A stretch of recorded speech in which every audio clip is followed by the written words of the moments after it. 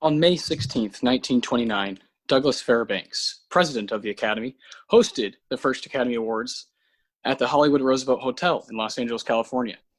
Wings, which was directed by William Wellman, won the Outstanding Picture Award, while Sunrise, an F.W. Murnau directed film, won the Unique and Artistic Picture Award. Weird name. The following year, the Academy dropped the Unique and Artistic Picture Award, making the Outstanding Picture Award the top prize for the entirety of the Academy's near 100-year-long history. That name has changed a few times if you don't recognize the Outstanding Picture and Unique Artistic Picture Award. That's because the first two ceremonies, it was called the Outstanding Picture. From 1930 to 1940, it was called the Academy Award for Outstanding Production. 1941 to 1943, it was called the Academy Award for Outstanding Motion Picture. 1944 to 1961, it was called the Academy Award for Best Motion Picture. And 1962 to now, it is called the Academy Award for Best Picture. That's what we know it today. Wings is essentially the first ever Best Picture winner. That's why we chose it for the 11th episode of Oscar Sunday. I'm Austin Johnson. I'm Connor Eyzaguirre.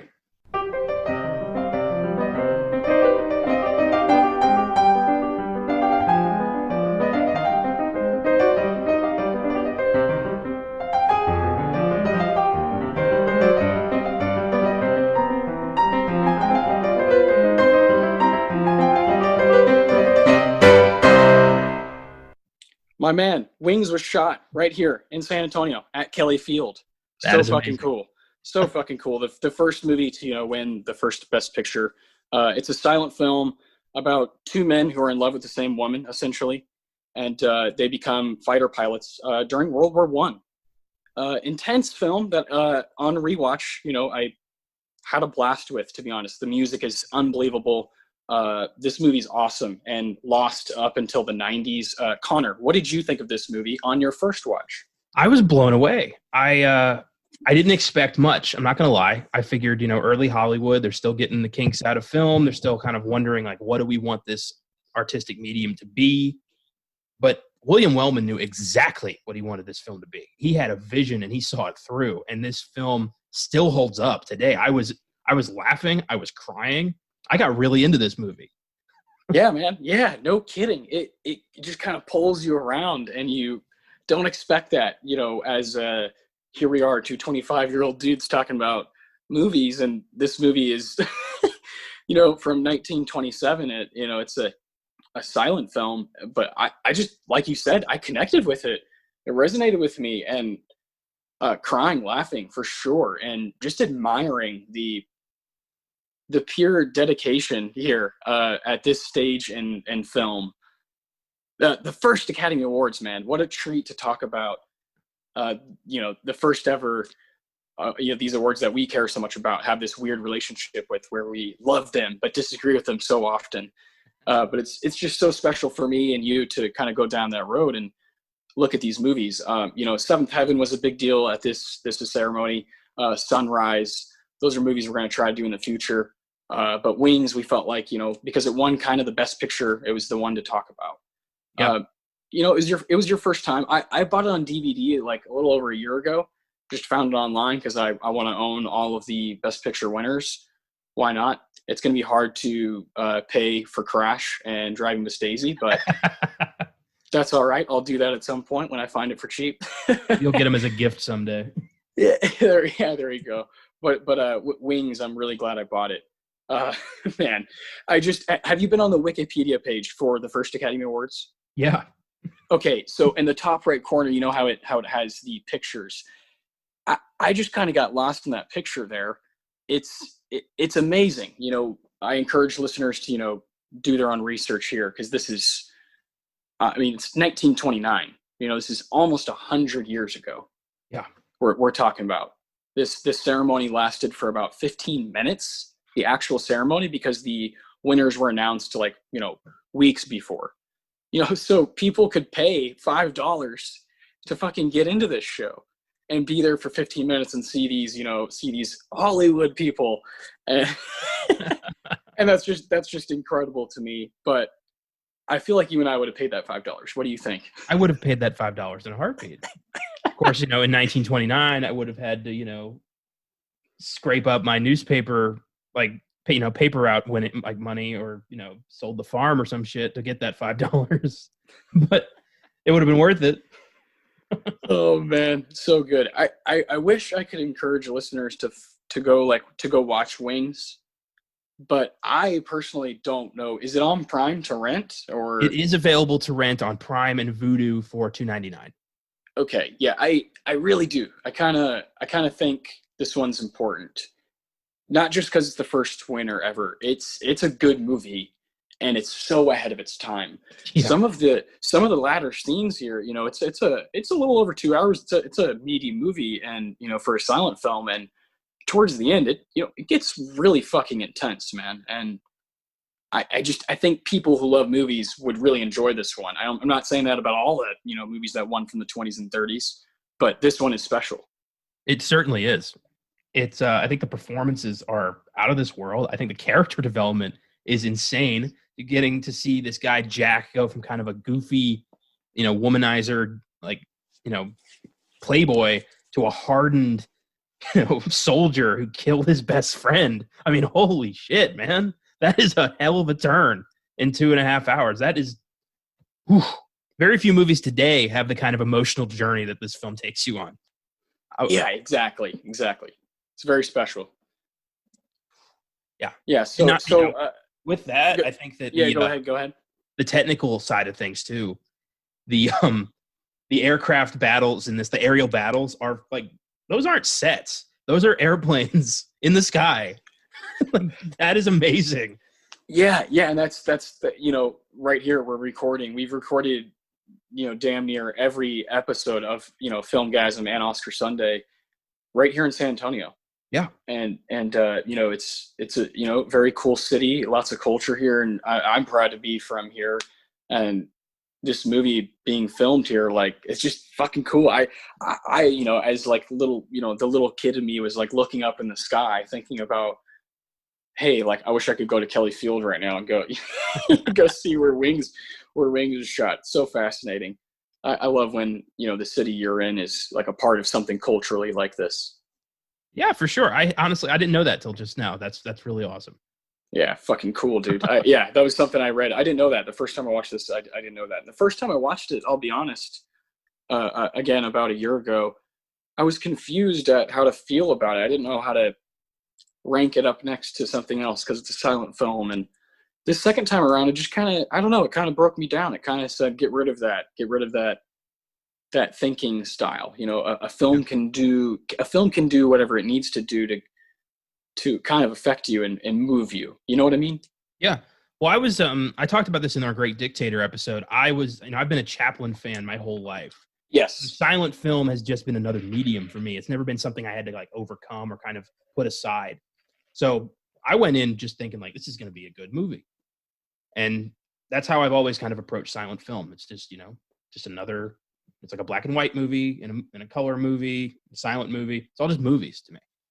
Yeah. I definitely have had to do some growing up in that regard. I've never felt that way about, like you said, black and white or whatever, but definitely silent films has definitely been a hump that I've had to kind of get over. Like, kind of, sometimes you got to like squash your own ego and when it comes to just like accepting certain art. Like, I definitely felt a certain way at age, age 16 I was when The Artist came out. And I saw that and I was like, I don't know how to feel about this one. I enjoyed it, but I don't know if I like loved it, or I'm really, really keen on doing that film here on this podcast one day. Yeah. Because I haven't seen it in a long time. And that, I wanted to bring up here, this is our 11th episode. So we've covered every decade now here after Wings, every decade that's been a part of the Oscars, right? Yeah. So we did the 90s to start with Pulp Fiction, and then we had that kind of wild card Da 5 Bloods episode where we both felt like Spike Lee is so important to film in general that we should just talk about that one, because let's be honest, Delroy Lindo has that shit in the bag as of right now. Yeah. I know we have a lot more coming, hopefully, through streaming and whatnot. But yeah, I think Delroy Lindo was incredible in that. Third episode, we did Rocky. from the 70s. Fourth episode was In the Bedroom, I believe. Yes. Yeah. And that's 2001. And the fifth episode, remind me, Connor, would have been Great Dictator. Did we do Great Dictator before or after? That was, yeah, Great Dictator. Yes. And then Doctor Strangelove. Then it was Doctor Strangelove. Yes. And then It Happened One Night. Yes. And then Whiplash. Yes. And then Dead Poets Society. Yes. And then it was On the Waterfront. That was last week. Yeah, that's right. That's right. Just last week, the 50s. And here we are now. Here we are now in the 20s. So we've covered every decade. And what we're going to do is just fucking do that shit again with different kinds of movies. We'll tell you guys what we're doing next week at the end of the episode, but it will definitely be a 90s film. Yes. So that's we're going to recycle that kind of wave. So we'll be jumping all over the decades again, but you have no idea what movie it's going to be within that decade. So it's going to be a lot of fun. Again, such a treat to be right at the beginning of where the Oscars started. Connor, I want to ask you kind of a more personal thing here with the Oscars. Okay. When you're doing this, when you're kind of on whatever it may be, IMDb or Wikipedia, and you're kind of, researching the Oscars, looking at the winners and, oh shit, this guy was up for that. I didn't know that. There's random stuff that you miss. Is that like homework to you, or is that just fun? It's fun. Absolutely. This is the most entertaining side of my life, is exploring new films and talking about them and getting to, put myself in that seat where I don't know anything about this. I'm a roast, baste me. This is going to be fun. It's 100%, but also in a way it is kind of homework as well. Because now, I have that knowledge, so now I'm going to use that and, apply it to the show or apply it to a review. It's just, it's just who I am at this point. Yeah, I definitely resonate with that. You find yourself, movie fans all alike find themselves just kind of in awe of, the simple things about, the actors and the directors, the individual people, the individuality of this medium is I can become obsessed with David Lynch, but not love all of David Lynch's work. You know what I mean? Yeah. And you kind of just, they're your friend. As lame as that may sound, you just become enlightened by, people's work. And that's why you get disappointed if they do something off screen that bothers you, and you want to root for them. These are people. They're not just this idea. So yeah, it is all fucking fun to me. All this stuff is it's just second nature. It's just it's just what I'm going to do with my spare time, while I'm here on Earth. This is, for me, I love music and I love sports, and there's plenty of things that TV's cool and I get a lot of joy out of other things, but movies is essential. I can't lose that. So I know not going to the theater has obviously affected just kind of our hobbies and our kind of weekend life. And so that sucks. But what I do want to say is, being the age we are, in our mid-20s and the time we're in here with all these streaming services and the ability to rent things for $2.99 and watch all these films, I could not be more grateful for all this stuff that's right here in my hands. Yeah. Something like Wings, like you said, wasn't able, it took 70 years for it to come back to life in the 90s, where people were able to watch it again. And now I have it on DVD, that kind of stuff. It's just, this stuff is super important to us. And I know if you're listening, it probably is really important to you. And, I just encourage people to always keep their eyes open for art, man. Movies are, obviously the most important thing to you and I, Connor. Yeah. It's the most important medium. And we just have fun with it here. It's not really about being right or wrong, or it's just having fun with it. We know the Oscars have their problems. we know the Academy has had issues where they've completely neglected movies, entirely. We know this. We're not stupid. but this show is for fun and to have fun with the movies that have been nominated and the ones that we like. So I just think it's been I think it's been really, really fun, and it's really exciting to see what we can do moving forward. Well, I've said it in a past episode. I don't remember when I said it, but that nomination, regardless of what it's for, that puts this film above other films. It puts this film in a completely new world of Oscar-nominated films, and that means something. It triggers an emotional response in film fans who are like, "Oh, Academy Award-nominated movie! I need to see that. Maybe it's got to be good." And it's not always good, but it's still a part of that story.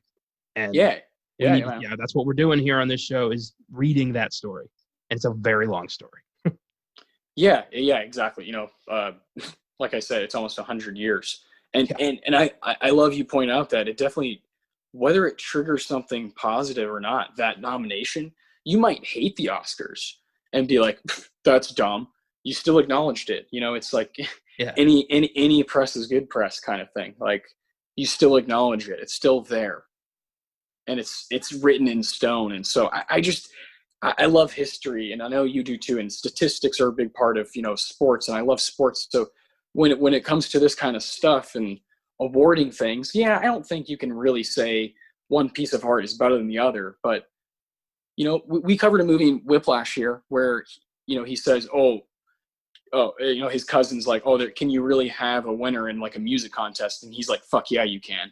Because it's about being precise, and it's about being on point, about doing things correctly and executing.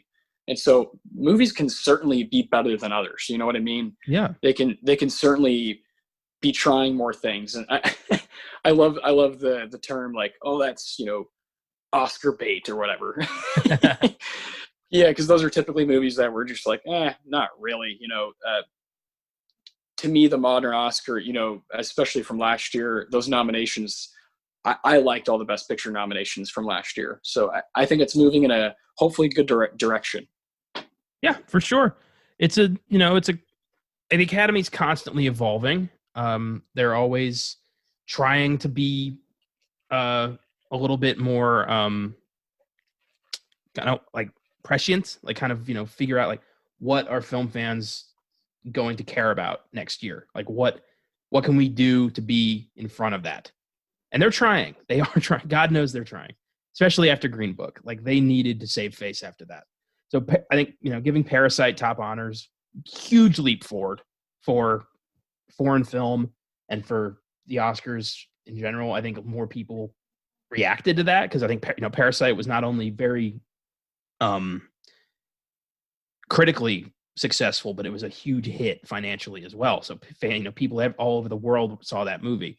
So to see that win, everyone cared about that. Everyone was excited about that. Yeah. So maybe next year, well, God knows what the hell's going to happen now with the virus. But in a regular turn of events, it probably would have embraced film like that. Film even further, and people like us just get to see where it goes, and that's cool. I mean, we're not really doing anything more than observing here.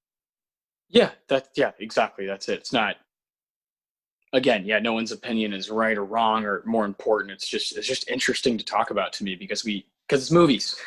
Yeah. Yeah. And I love that you bring up Parasite because that's a movie that, we both can personally say before all of the Oscar buzz and before all of that shit, before winning all that stuff and just kind of blowing our minds on that fateful night in February, I called you after I saw it in November.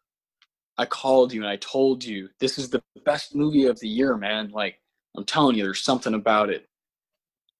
We knew, and you were like, okay, all right. Then you saw it, like a month later. You saw it, and then I think in January we officially did a podcast on it for Filmgazm, and we certainly want to bring that movie over here, right, at some point. Yeah. And that's amazing. That's amazing that a Korean film can be a part of this show where we've talked about, Pulp Fiction and Rocky and, Great Dictator and these different movies. And it's going to be great to add something like that to the mix. It's great. It's fantastic. Yeah, it's awesome. It's just getting to be, Filmgazm, you get to embrace. We get to look at all these, horror films and genre films that just kind of were either left behind or never really, fully appreciated in our eyes. Some of them are obviously, classics, but that's more of this, the films that were cast aside. I think for me, like genre films, typically, especially by the Academy, are often ignored. Yeah, even if let's we'll kind of marry Filmgazm and Oscar Sunday here. Talk about like you bring up horror being kind of disregarded by the Academy for sure, and even when you look at something like Silence of the Lambs, and people are so desperate, movie fans, not like us, of course, are so desperate to call it like a thriller drama. They're so desperate to not attach horror to Silence of the Lambs, to an Oscar-winning movie. They don't want to do this. They don't want to believe that horror is this genre that's just as valid and has just as much as good stuff to offer as any other genre. They don't want to accept it. They don't want to do this. I don't know why. There's this stupid stigma around it. But forever, even Rosemary's Baby and The Exorcist, these movies that have been recognized by the Academy, it's still just like it's fucking peanuts. It's not enough. Get Out. Yeah, sure, but if you didn't nominate it, then you would have been in very, very big trouble. So I'm just not that impressed by that nomination. You know what I'm saying? I love Get Out. Love it to death. Another one we touched on Filmgazm. It's one of the best horror movies of the past decade to me. But the Academy nominating it is like, yeah, you should have done that shit because it's a good fucking movie. Now nominate movies like Hereditary that deserve it too. Yeah. That's what's frustrating for horror fans. And so we definitely want to bring that perspective in because that's our heart, that's our, yeah. That's what started Filmgazm, right? Is we want to speak about these movies that get neglected by half the film community. It's this part of film that only gets touched by a certain part of the audience, and it's frustrating. And then over here, we embrace the rest of them. We embrace the films that have been recognized, and we kind of almost dissect them to kind of find out why.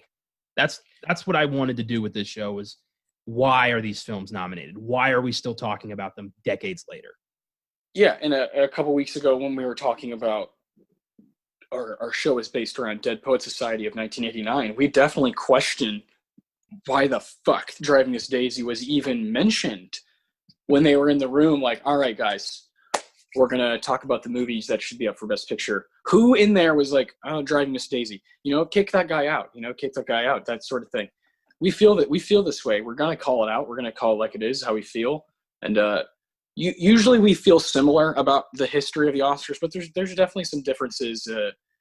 But yeah, Driving Miss Daisy, we definitely were in agreement that was just bullshit. Like, we'll get there one day, but like, for one, I loved Green Book. I thought it was great. I thought it was hilarious. And I know you did not like that movie. Yeah, I have a hard time with that one. If I'm telling someone, say you hadn't seen Green Book, I would be like, well, it's not the best, but it's got two really good performances, so I think you'll like it. And I would say that to pretty much any big movie fan. I the story, whatever, it's not for me. I don't really. But man, Ali and Mortensen are really doing some cool stuff there, back and forth. So. Yeah, take it or leave it. I just don't feel too strongly about that. My main thing is the other movies like that lost. Fair enough. I liked a lot of those. Roma and The Favorite and Vice, Stars Born, First Man, even that like movies that didn't even get get much love at all. I felt much stronger about those than Green Book, or and Bohemian Rhapsody is even worse. So Rami Malek winning that is probably even worse. So yeah. We've got a 2018 film scheduled in the next couple months where we'll be able to unload all of our shit about that Oscars.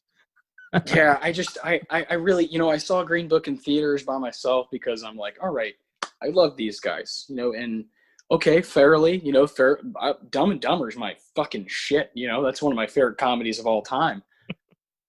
Should probably stay more in that range rather than the like real serious trying to say something about the the racial issues in our country. There's so much I want to say, but I'm going to save it for when we do that 2018 movie in a few months. That's fair. Yeah, that's fair. But our point is, I don't remember what our point was, but we have fun.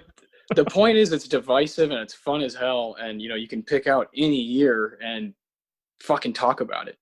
Yeah. And especially here, because most years, like next week, we're not going to say what it is yet, but we'll be able to talk about a lot of the films that were there. You know what I'm saying? So when we can do this, you can kind of be like, I have a question about that one because I've seen all of these, and I don't think that one had much to say.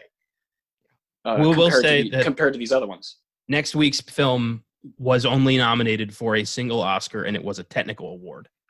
So it's sneaking in there by just the slightest margin, but it's a film we think should have been up for a shit ton more. And that is the criteria as of right now. You need at least one nomination to be on the show. Yes. Maybe later down the line we'll do movies that we feel like got completely neglected and just snubbed outright. Yeah. That would be fun. But yeah, for now we're going to try to do ones that got at least a nomination. Yeah.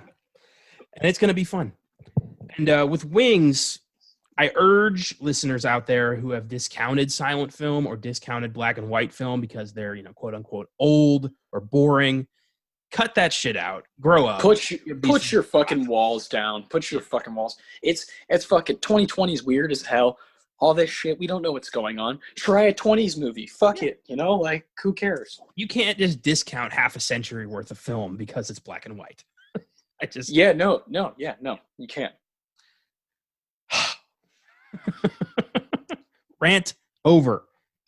So, Wings up for only 2 Oscars at the beginning of the awards. There were the awards looked very different than the way they look now. Oh my gosh, yeah. Here are the categories: Outstanding Picture, Best Unique and Artistic Picture, Best Directing for a Comedy Picture, Best Directing for a Dramatic Picture, Best Actor, Best Actress, Best Writing, Original Story, Best Writing Adaptation, Best Art Direction, Best Cinematography, Best Engineering Effects, and Best Title Writing.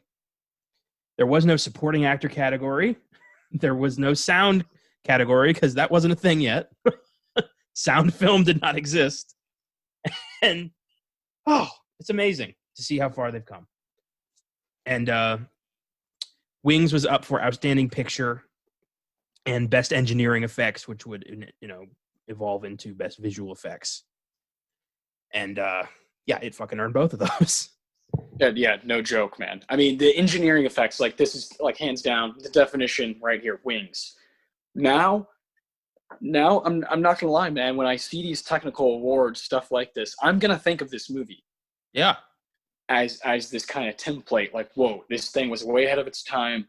If you like that stuff, you should fucking watch this movie. If you like war movies, you have to see Wings. There was a scene in this movie that I could tell influenced a very dramatic scene in 1917. And yes. Yeah, this film set the stage for like every war film that came after it. And that is pretty much every war film ever made. So that's exactly. Pretty amazing. Yeah. Again, 1927. 1927. We're talking about 93 years of movies coming after this one. Good Lord. How many war movies? How many war movies have you just seen? Not let alone have come out. Hundreds in the past. And yeah, right. Yeah, I mean, it's just a huge genre. Yeah, crazy. I personally think Charles Rogers should have been up for Best Actor. Yeah, good stuff. As Jack Powell. Best Actor that year went to Emil Jannings for The Last Command and The Way of All Flesh. Emil Jannings would later join the Nazi regime. And, things didn't work out. So the first guy to ever win Best Actor was a straight-up Nazi. Just, put that in your back pocket for trivia. Yeah, and if you heard Connor say 2 movies, that is correct, because the Oscars would do that shit where there weren't enough movies, I guess, or whatever. So they've got a guy for 2 movies. Well, and also back then, like in the film community, like under, MGM's umbrella, there were only like 15 actors. Like this was just starting Exactly. out. This was not a very big pool of people to choose from. So they picked Exactly. actors who had multiple films come out, which was pretty much everybody. And Best Actress went to Janet Gaynor for Seventh Heaven, Street Angel, and Sunrise. 3 films she won for. Baller.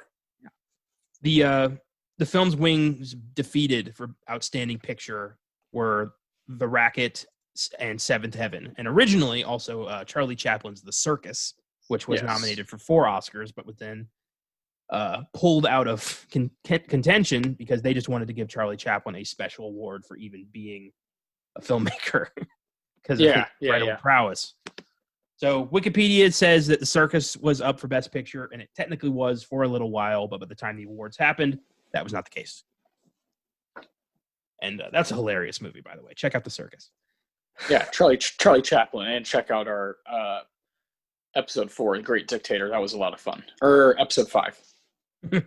We're getting to, yeah. I mean, we're almost to 100 on Filmgazm, so there's no way in hell we're going to be able to remember episode numbers. We're getting there. Dude, on Oscar Sunday. Yeah. My mind is completely fried when it comes to remembering which episode is which. The Academy was created by Louis B. Mayer, one of the founders of Metro-Goldwyn-Mayer, also known as MGM Studios, still around today.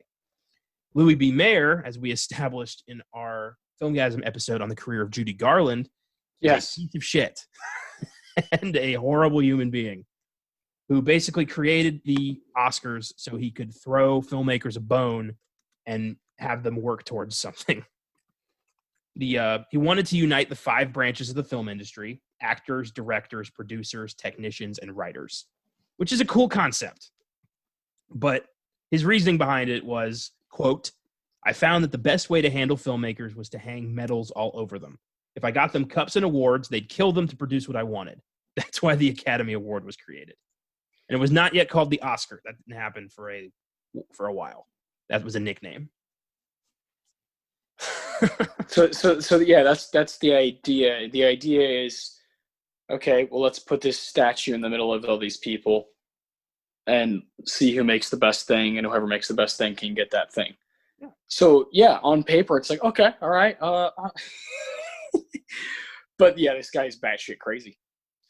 Well, and I like that he wanted to bring together all aspects of the film industry. It wasn't just an acting award or a writing award. It was everything. Every aspect of filmmaking got a say here, except for stuntmen, and we're still working on that. But I love that it was embraced. And yeah, I agree with Louis in some capacity that if you give the promise of a trophy, people are going to try a little harder. That's just how people function. Well, it really is. There's guys that we adore that have been so wicked excited to go on stage and get that gold. Yeah. Because they know, we know as we're watching, like when Bong Joon-ho is holding that and he's smiling so big, it's because he knows forever now, when he's gone 100 years from now, there's going to be kids that are looking, and his name is going to say Bong Joon-ho winner next to nominee Quentin Tarantino. He's going to beat those guys. Who? Bong Joon-ho? And then, that gives someone incentive to watch his stuff and to kind of dive into his filmography. So that's why this stuff is important. Yeah. The motives, yeah, man. I mean, the motives for a lot of stuff is kind of fucked up and greedy and ultimately for money. But man, you really have seen some guys, especially for us, in modern times, you really have seen guys get competitive. One of my favorite things is in 2007, you have the release of There Will Be Blood and No Country for Old Men, which were both filmed in Texas. And you have these guys, Coens and Paul Thomas Anderson, that are kind of like, they're not liking each other because they're kind of messing with each other's sets while these movies are happening, and they kind of battle it out at the Oscars. That's really cool. That's special. And it doesn't happen all the time, but there are years where there's actually like this race happening. and you can feel it. You could feel it last year. You could feel it between Parasite, Once Upon a Time in 1917. You could feel it, and it was awesome. As a movie fan, when you like all of those and you see them all in theaters, you're having fun with it. That's all I can say. Yeah, I've said it for years. The Oscars, it's my Super Bowl. I look forward to that more than anything. Yes. Like Yes. the beginning of the year. I look forward to that more than my own birthday. Like it's the coolest like thing to happen at the beginning of the year. And I'll always love it. And I'll always, tune in. And I hope more people tune in because the number's been dwindling and they're thinking about possibly not doing it as a show anymore. And I hope to God that never happens. Yeah, I mean, you and I, you, myself, for this past Oscars, your mother, your grandparents, my brother, my girlfriend, my brother's wife, we all were watching them and wrote down what we thought was going to happen and our predictions. And it was like,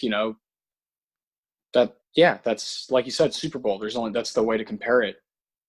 And I feel so strongly about those moments happening when I'm like, this is shit I'm going to read forever on the internet because I know myself. I've already looked over that, the winners of 2019, over and over. I've already done it over and over on Wikipedia and IMDb, and it just becomes a part of your life. It's so special. Now, I did want to say, you pointed out that like we don't really know where the Oscars are going, and our second episode was Defy Bloods, and so people might be wondering like what's going to happen on those episodes. We typically will do something like foreign on that episode. So like the next time it will be, something random. Like it could always be something like Parasite, a movie that made some noise at the Oscars. And obviously that's the big one that has just changed everything. The first foreign language film winner. So just really cool. And I'm worried obviously about what's going to happen this winter when the awards are supposed to happen. Because I'm like you. I don't want to lose the actual ceremony. You know what I mean? Yeah, I don't. It's a very, as a movie fan, it means a lot. It's not perfect, but it's significant. Yeah, it's 3 hours of honoring actors and directors and movies. So yeah, like I'm gonna tune in. Yeah, absolutely. Oh, I hope everything works out. Yeah, I don't know. I really don't know. We don't have any answers. No one really does. I would hope that they just be positive, be as positive as you can, do some kind of show, whenever, it doesn't matter, do some kind of show and talk about the movies, maybe shed some light on some movies that people didn't really get to see or didn't, not a lot of people saw them, do them, go forward, move forward. And hopefully next year you can have some more normalcy. But I just really hope they move forward because if they drop the ball this year, then that just adds to the fact that they might just drop the ceremony altogether, which is, it's a little saddening. Yeah, it certainly is. And there are going to be some films released on streaming in the next few months that we will try to do on this show, stuff that sounds promising. And because we intended in the initial release of this series to be kind of a look at the Oscars past, but also a look at the Oscars future and kind of determine what films we think might be considered for next year's ceremony. And we're going to try to do that as much as we can with the films that do get released, but we can't promise anything. Yeah, it's tough. It's tough when you have to pay $20 to see, when it came out, to see like Kelly Reichardt's film First Cow, which I know a lot of writers love and I'll eventually watch, but I don't have that at any given moment. Just $20 to shell out for a movie I'm not 100% on. Yeah. So it's a tough spot to be in, especially for a podcast here where we're doing everything out of pocket and trying to create content each week. Obviously that's why we're doing as many old films as we possibly can. But like you said, we will try to do the current ones. Like Spike Lee. Spike Lee's such a special guy. I would assume that if Wes Anderson's film comes out, French Dispatch, which I've heard a lot of noise that he may make a deal with somebody, we would probably cover that one. A guy who's been nominated a few times, so yeah, I think it'd be a lot of fun to do those, and hopefully next year do even more. Yeah. On September 16th, we have this crime drama, The Devil All the Time, premiering on Netflix. That certainly looks promising. Robert Pattinson, Tom Holland, Harry Melling, Yeah. Bill Skarsgård. That is something we'll think about possibly putting on this show and predicting. So Yeah. we never know. It's the pickings aren't as plentiful as they were last year. This time we have to look around for the good fruit. Bummer. But it's a bummer, man. We don't have to worry about that today. No. Yeah, we just keep moving, and movie fans out there, just keep using the time to dive into old stuff and watch stuff that you haven't had time for before. That's definitely what we've been doing. We have crazy amounts of reviews that are just fucking all over the place. We've been having fun just kind of diving into the streaming services because they're so amazing. Yeah, for sure. I've been on a personal mission to wipe out my Netflix queue of movies, and I'm doing a pretty good job so far. Yeah. How many would you say you have left? Roughly 40, 50 movies. Okay. All right. Checking through there. There were about like 60, 70 in there. So you've done a lot. Yeah. Next up, if I'm going in order, which I usually am, that would be the Wachowski sisters' Cloud Atlas. It's okay. It's okay. That's what I heard from pretty much everybody. It's okay. It's okay. I like some aspects of it. I'm intimidated by the 3-hour runtime, so I'll probably be watching it in installments. Yes, that's definitely an issue I have with a lot of movies that have that ambition but don't quite match it, with their actual content. So there are a few things I hate more than a 3-hour movie that I didn't like. That is a tremendous waste of time. I can watch 2 regular-sized movies. Goddamn. Yeah, you can watch 2 like surefire comedies or 2 surefire horror movies inside that time. Yeah. But who knows? Maybe it'll be great. We'll see. One thing I wanted to point out about Wings is that it was the most expensive film ever made at the time. Yeah, that's right. Its budget was like $2 million or something. Yeah. Roughly a modern equivalent of $28 million. But in 1927, $2 million was a lot of money. Oh my gosh. Yeah. Ended up grossing about $3.6 million. So, reasonable. It made its money back. But when it came out, well, actually, no. Everything was fine in 1927. It wasn't until 1929 where things went tits up. So, That's right. Roaring 20s. And it was the United States Army Air Corps that were heavily involved in the production because obviously, this film could kind of be misconstrued as propaganda. But yeah, at the time, sure, why not? It's one of the first films to show 2 men kissing and also one of the first films to show nudity. So that's pretty damn progressive. This was before the Hays Code, made Hollywood like the, core of the temperance movement for a long time. And so they could pretty much do whatever they wanted. Nobody was calling them on anything. Yeah, exactly. It was before they had to make those stupid rules. Yeah. And honestly, it's so quick that it doesn't really mean anything. Like it's not, it's like you see boobs for like not even a second. But yeah. It's enough to have us be talking about it.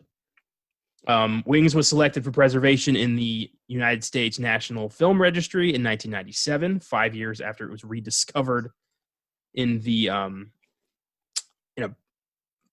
film museum area. What was it? The Cinématique Française Film Archive in Paris. That was where they found a lost print of this movie in 1992. So 5 years later, it was put into the film registry to make sure that it would stay alive forever. That's fantastic. Incredible. I love that. Can you imagine just like stumbling upon a film print of the first Best Picture winner and being like, I should probably save this. Oh, God. I mean, that would be like me and you we'd be like fucking national treasure. Oh boy. Wings has an IMDb score of 7.5, Rotten Tomatoes score of 93%, certified fresh. And let's talk about the plot. It's kind of brief because this is a silent film, so plot is not, huge here. But we'll talk about it. Yeah, we'll do what we can, Sorry if you wanted to hear more about the plot, but there's only so much here. 24 minutes, and it's mostly aerial battles. I'm not going to lie. Yes. So are we using IMDb plot or Wikipedia? They are the same one, so I'm just going to do Wikipedia. Beautiful. All right, we got the pictures there on the Wikipedia one, so nice. Our heroes are Jack Powell and David Armstrong. Rivals in the small American town. Jack kind of comes from middle-class upbringing. Dave comes from money. And they're both after the same woman, Sylvia, who is inexplicably amazing. She's actually kind of a horrible person for the way she misleads Jack without ever just being honest about him. True, yes. Jack doesn't realize that the girl next door, Mary Preston, is very much in love with him. I mean, she couldn't be clearer about it. She is enamored. She's got it bad. And that's Clara Bow, who was like the big star at the time. She was the one that this film was kind of used as a vehicle for. And she's great in this. She's very, she's kind of just there as the love interest, but she also does a lot. And I like that. Oh, yeah. No, she's an extreme presence.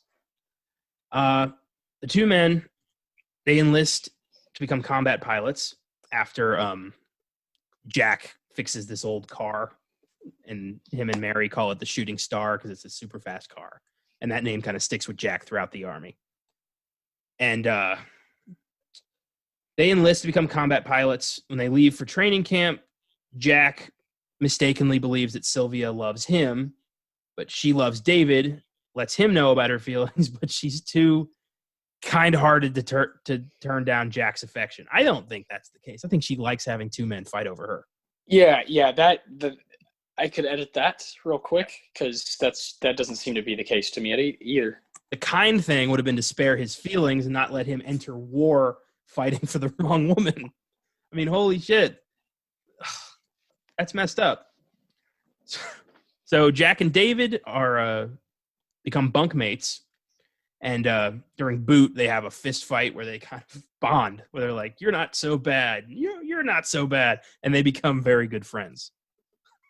Was not expecting that. Classic. I love it though. Yeah, it's just like, oh yeah, we're just dudes. Yeah, it'll be fine. I don't know. Yeah, I read the body language. Yeah, makes sense. It's funny. And David, before he left, took a little stuffed bear that he had as a kid to kind of remember better days, and he holds on to that with great emotion. There's this one guy, this guy with a German name who enlists, and every time they kind of call him out, like, "What? You're a German. Why would you be here?" And he's like, "Oh, I'll show you." And he starts taking off his jacket, and they're like, "Oh, you want to fight?" And he keeps getting decked, but he just wants to show off his American flag tattoo on his inner arm.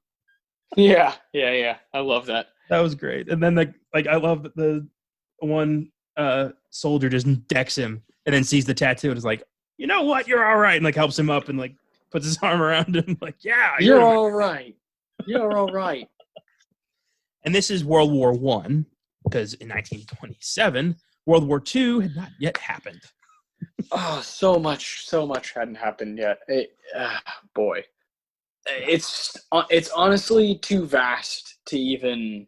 I mean, just World War II not happening yet is such a mind fuck thing to think about. This movie predates World War II, the Great Depression, and the stock market crash of 1929. That is amazing.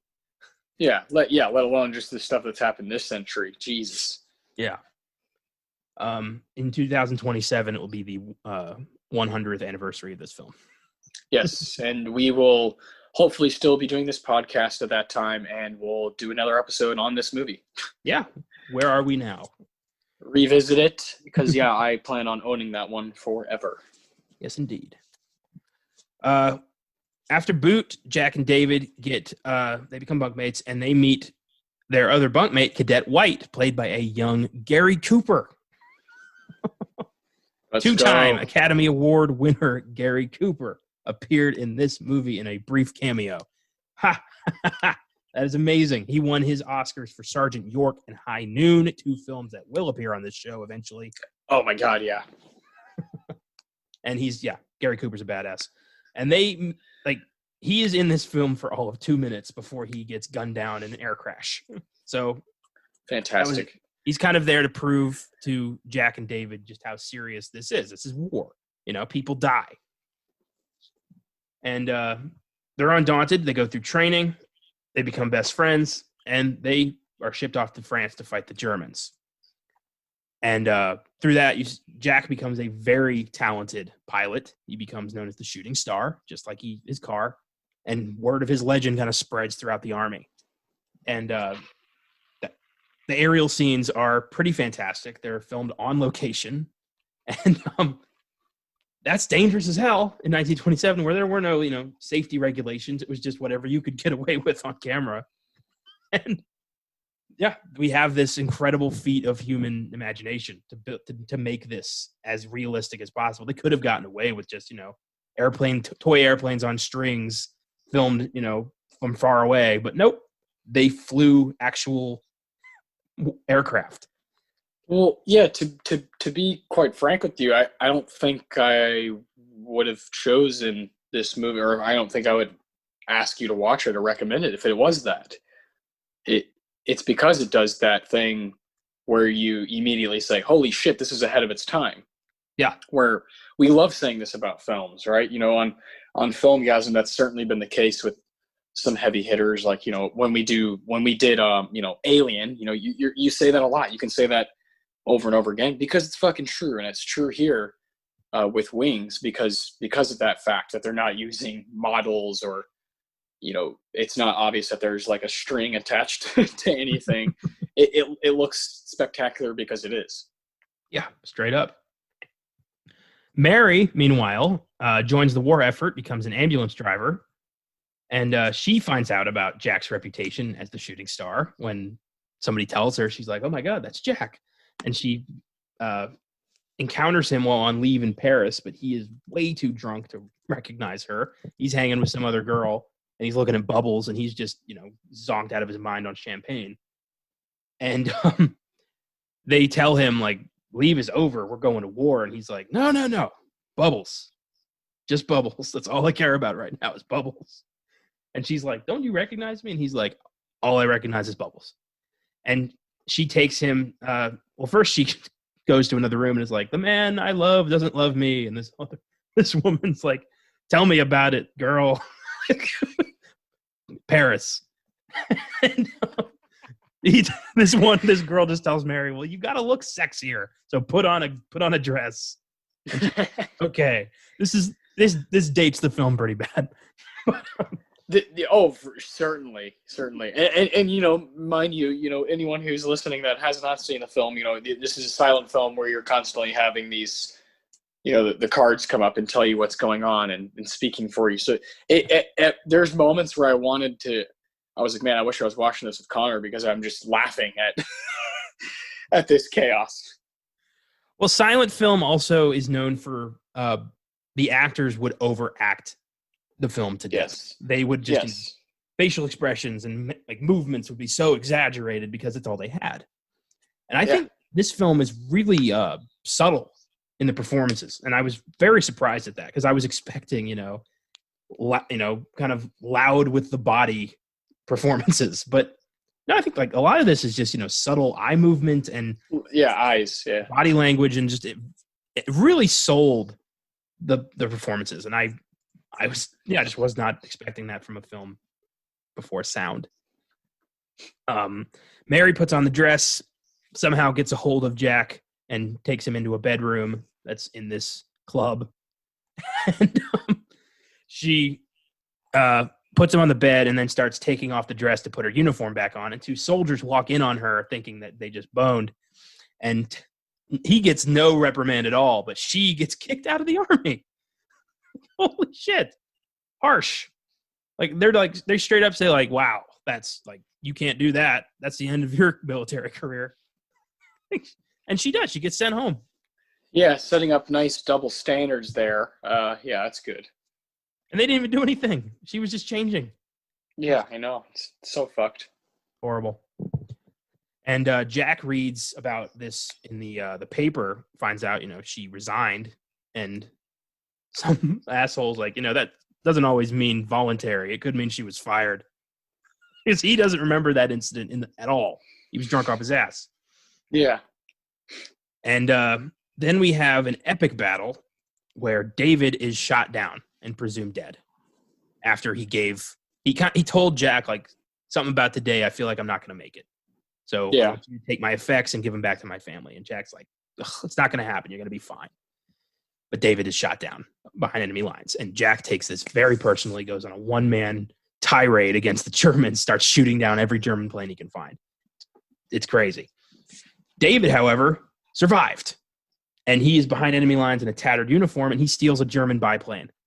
And that was amazing, where he just kind of decks the guy, gets in the plane, and takes off, and they're shooting at him. But nope. Awesome shit. Oh, yeah. He heads for the Allied lines. He's trying to signal, hey, it's me, but this was before, radar and radio, and all they have was a plane. They didn't even have covers. And he's trying to signal, like, hey, I'm an American. All Jack sees is the German cross. And he goes in for it. He's doing this for David in his mind, too, and he guns down the plane. And it crashes, and they are behind on the Allied lines.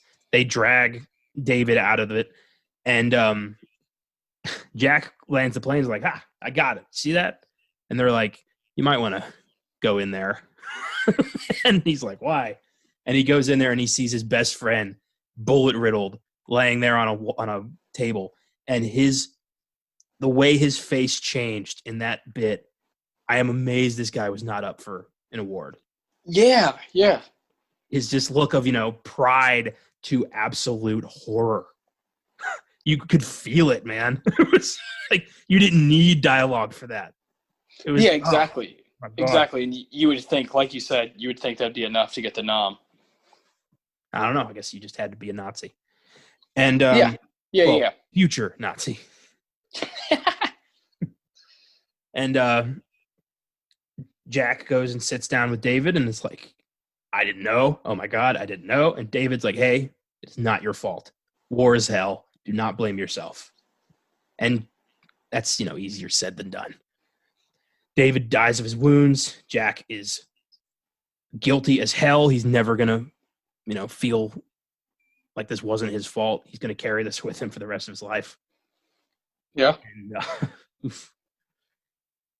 so, yeah, David does forgive him, though. But can Jack forgive himself? The war ends. They all come home. Jack returns to a hero's welcome.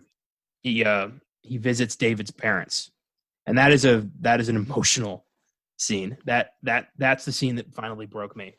Is Jack visiting David's parents? Because first off, you see the parade outside, and it zooms out to see David's parents are in mourning. They have nothing to celebrate, and Jack goes in there, and they know what happened. And Jack just goes in there, hands his mom the bear, and just sobs into her arms. And he's like, she says, I wanted to hate you, but I can't. This is very mature for an early film. I'm surprised at how emotional this really was. I mean, it really sells, you're with these characters for so long that you grow to like them. And it really set the tone. And I do love it. I thought it was amazing. Yeah, the build up especially going from, the beginnings, got a nice pace to it, and then you're up in the air for a long time, and coming down to this is just it's absolutely devastating, and reminded me, especially when I hear the name Jack, it reminded me so much of the scene in Brokeback Mountain when Heath Ledger visits Jack Twist's parents, Jake Gyllenhaal's parents in that movie. Scenes when a friend, a man, has to go talk to parents of another man, their friend that's gone. That's just set up for breathtaking, devastating scenes. It reminded me so much of the end of 1917 when George Mackay goes to Richard Madden about his brother. That whole movie, like the scene, there's a scene where I think it was where David's plane crashes into the house. That reminded me Yes. so much of the scene in 1917 when the German plane Yep. flies into the barn.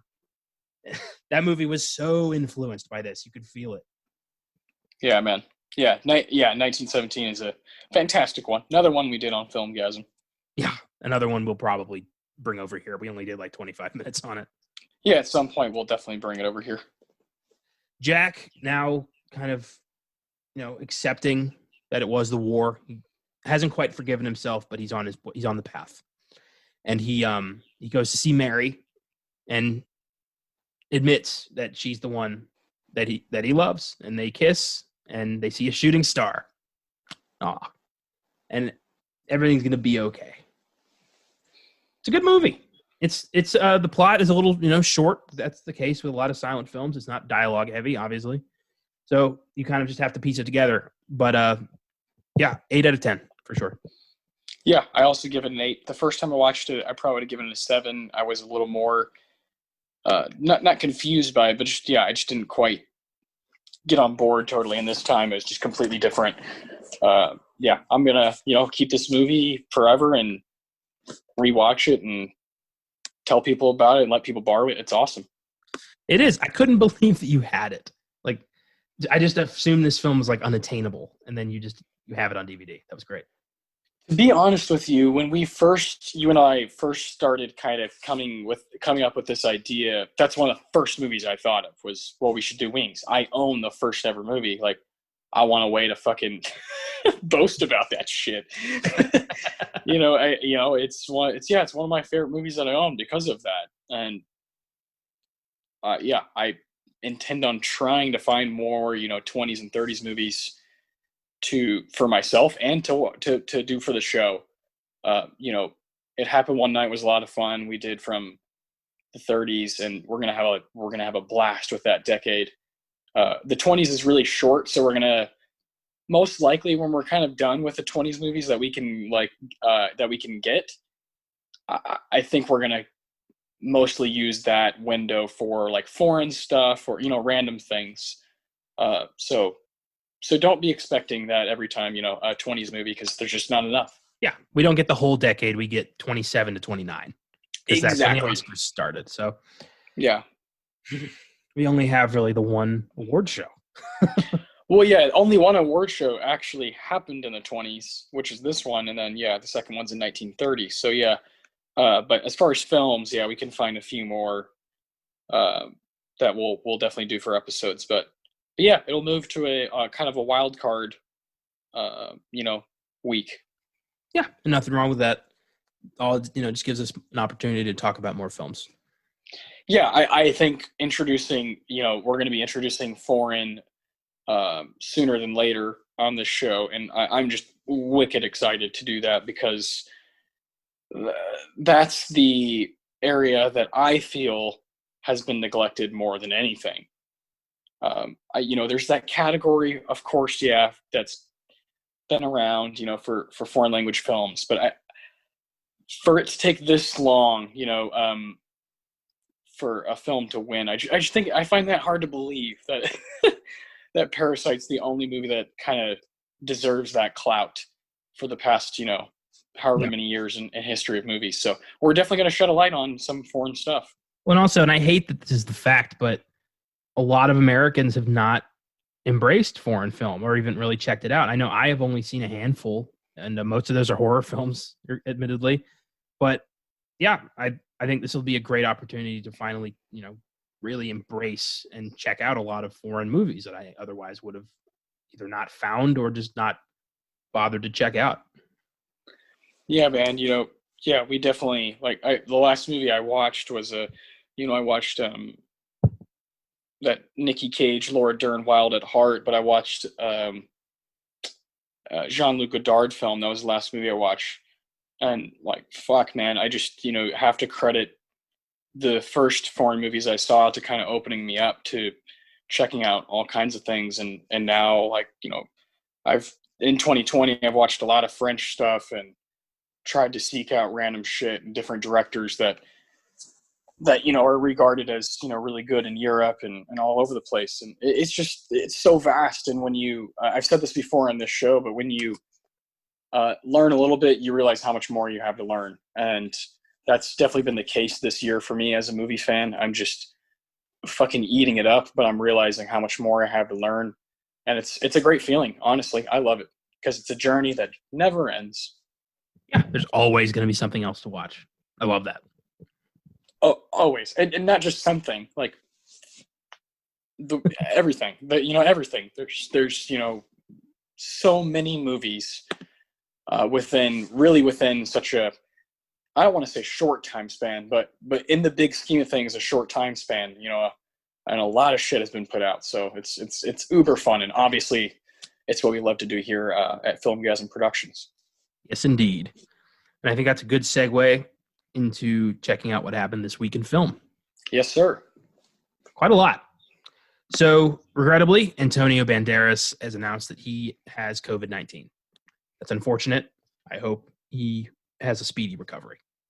Yeah, sucks. You just hear more and more people that are like around you and stuff that get it and get tested, get through it, and you're just like, man, just keep trekking. Everybody stay safe out there and stay inside as much as you can. Yes, don't risk it. Whatever you want, your haircut, your tacos, it's not worth your life. Yeah, get them to go.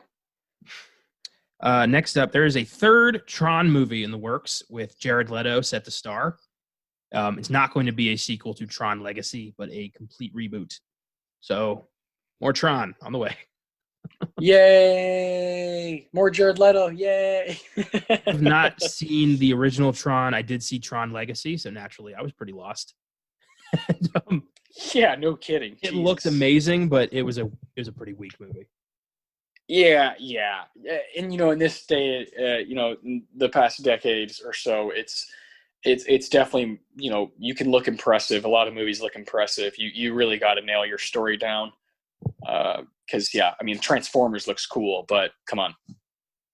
I think Jared Leto has had some trouble after Suicide Squad getting back to a leading man status. So yep, we'll see how this works out. Next up, actor and singer Trini Lopez has died at age 83 from complications due to COVID-19. His big break was he starred in Dirty Dozen as Pedro Jimenez, one of the, Dirty Dozen. And that's a badass movie, by the way, for those of you who haven't seen it. 1967, World War II action flick. Awesome flick. Yeah, dude. You talk about like they don't make them like that anymore. That's what those people are talking about is movies like that. That's a gritty ass movie. Yeah, for sure. That movie definitely inspired, was partially inspired Inglourious Bastards, and yeah. The whole third act is almost identical, really. Yeah, for sure. I definitely just look at it as one of the templates because we mentioned the Hays Code earlier. It's right there. And it's just kind of breaking barriers. It's awesome. Yeah. So rest in peace, Trini Lopez. Kicked ass in that movie. Yes, indeed. Next up, this was kind of neat. Blumhouse has announced a project they're doing with Amazon called Welcome to the Blumhouse, where they're doing a series of 8 interconnected horror movies that are going to be released on Amazon intermittently. So they're starting with 4 now and then 4 in the later half of 2020. Yes, I'm in. Cool. Loving Blumhouse right now. They're my favorite horror distributor because they know where to put their money. And yeah, can't wait for that. That's going to be creepy. Yeah, that's very exciting. Just content. Yeah, for sure. 8 new Blumhouse movies. That's going to be awesome. Yeah, we're in. Actress Linda Manns has died at age 58 from a combination of pneumonia and lung cancer. She appeared in films such as Days of Heaven, The Game, and Out of the Blue. And she died earlier today. Rest in peace.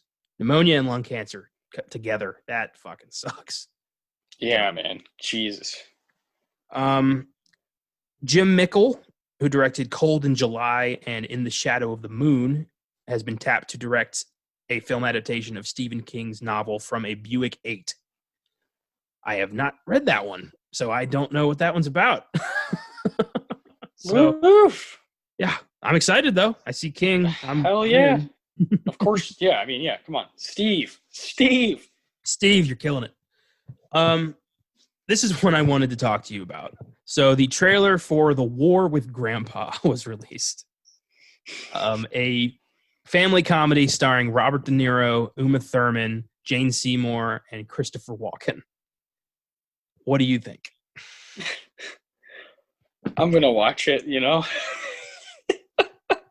Yeah. Hollywood's bitches over here. Yeah. It's just funny.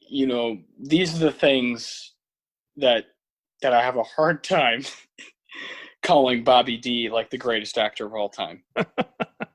We talked about Daniel Day-Lewis, with My Left Foot when we talked about Dead Poets Society from 1989 and how awesome he is and how he kind of just, his batting average is just really fucking high because he's not as in as much. But when you see, one of the living legends, Robert De Niro, and it's just, it just, I don't know. It doesn't sit totally right with me. How about you? I wanted to hate it. I wanted to think this is shit, but the trailer actually, it made me chuckle, and now I want. Yeah. I'm gonna watch it. I'm gonna watch it. I love these. I love these people. As honestly, performers. I'm most excited to see De Niro and Walken together for the first time since The Deer Hunter. That's exactly. Those two guys are. Yeah, we love both those guys here, and we're gonna watch it. I'm just not. My expectations aren't too lofty. No, this movie has been in production hell for 6 years. Oddly enough, it seems like such a simple concept. So yeah, who knows? It's probably going to suck really bad, but yeah, I'll give it a shot. I don't know why De Niro's decided to typecast himself as the cranky grandpa for the past 8 years, but I'm sure he has his reasons, and I'm pretty sure they're green. Yeah. Finally, comedian Chris D'Elia has been replaced by comedian Tig Notaro in Zack Snyder's new zombie movie Army of the Dead, following consistent sexual harassment allegations against D'Elia. So he's out. No more Chris D'Elia. What do you think? Are we surprised? Are we? I mean, no. It's just especially Chris is a strange cat anyway. That all these comedians, you're just kind of well, we don't know. It's kind of 50-50 with you guys. So it's just goddamn shame, I never liked the guy anyway. I never thought he was funny. He always struck me as kind of a frat bro douche. So I don't really care. I like some of his stand up I've enjoyed. Yeah, most of it's pretty physical, doing weird stuff with his body that I'm not totally into. I would say, he's on Workaholics, and so he was kind of in that. Yeah, he was kind of in that thing. So I just remember him being around. But yeah, I've never been a big fan or anything. Yeah. And also, Zack Snyder's apparently doing a zombie movie. So let's see, looking forward to some unnecessary slow-mo in that movie. Yeah, more Snyder. I recently watched Sucker Punch, and I have nothing but disdain for Zack Snyder now. I don't understand the fan worship he's somehow garnered over the past few years.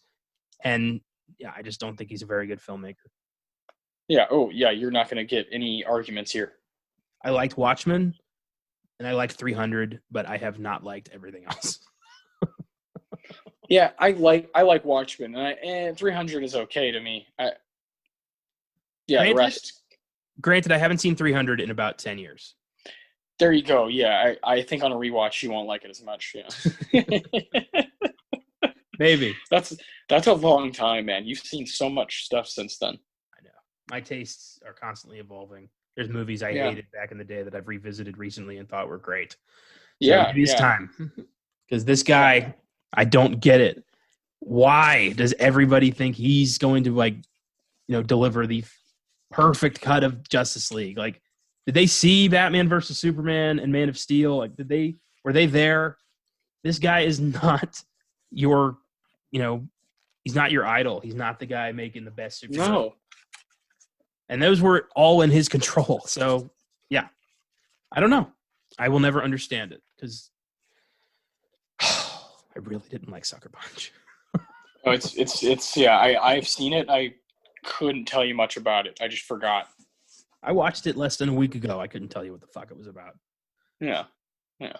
Well, sorry to end on a somber hatred of Zack Snyder note, but what are we doing next week? Next week, hinted at how we're going to be back in the 90s, obviously a decade that we adore. And a lot of our favorite filmmakers kind of found themselves, right?